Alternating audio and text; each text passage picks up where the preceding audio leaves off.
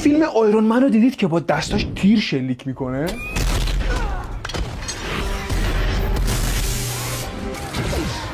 هر چقدر از خفنیش بگم کم گفتم. بیا با گوشی دستت آیرون منت کنم. یه فیلم از خودتون انگار با دستتون لیزر شلیک میکنید بگید.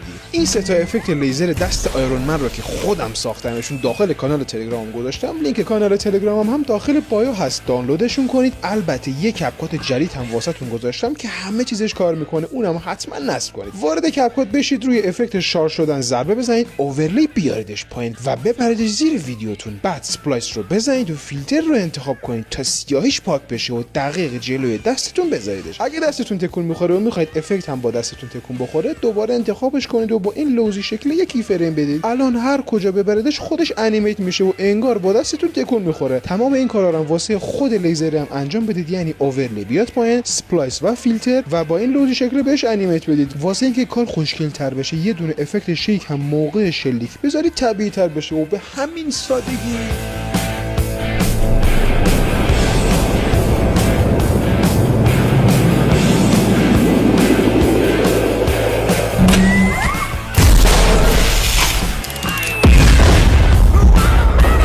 اگه میخوای فیلمای خاص بسازی حتما پیجمو یه نگاه بنداز.